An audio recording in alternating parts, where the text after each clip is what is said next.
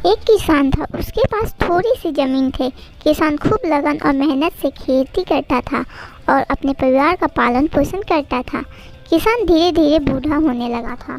अब उससे मेहनत भी नहीं हो पाती थी। किसान का एक बेटा था जो अब जवान हो गया था, परंतु वह अपने पिता के समान मेहनत नहीं कर पाता था। एक दिन किसान ने अपने बेटे को बुलाया और कहा, बेटा, अब मैं बूढ़ा हो गया हूँ और अब मेरे हाथ पैरों में पहले जितनी ताकत नहीं रही। अब खेती का काम मुझसे नहीं हो पाता। अब तुम जवान हो गए हो और खेती के साथ साथ घर गृहस्थी का कार्य भी तुम्हें ही देखना पड़ेगा। पिता के अनुरोध पर लड़का खेती का कार्य देखने लगा, पर आलसी होने के कारण अपने पिता जैसी मेहनत नहीं करता था और आज का काम कल पर टाल देता था। लड़के ने थोड़ी बहुत मेहनत करके जैसे तैसे फसल तैयार कर ली।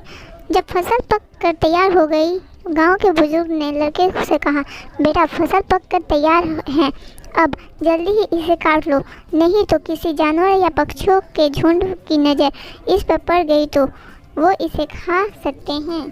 लड़के ने बुजुर्ग की बात को सुनकर हाँ कह दिया, पर जब वह फसल काटने गया तो तेज़ धूप और गर्मी के कारण उसका बुरा हाल हो गया। वह कल फसल काटने की बात कहकर खेत से आ गया। लड़के ने इसी तरह 2 दिन निकाल दिए और फसल नहीं काटी। तभी कहीं से रात्रि में एक विशाल पक्षियों का झुंड आ गया और उसकी सारी फसल को खा गया। तीसरे दिन जब लड़का खेत आया तो पक्षियों के झुंड द्वारा अपनी फसल की हालत देखकर बहुत पछताने लगा। तभी वह बुजुर्ग लड़के के पास आया और कहने लगा, अब पछताए होता जब चिड़िया चुग गई खेत। अब पछताए होता क्या जब चिड़िया चुग गई खेत। कहानी से हमें शिक्षा मिलती है कि समय रहते कार्य कर लेना चाहिए, नहीं तो फिर सिर्फ पछताना ही पड़ता है।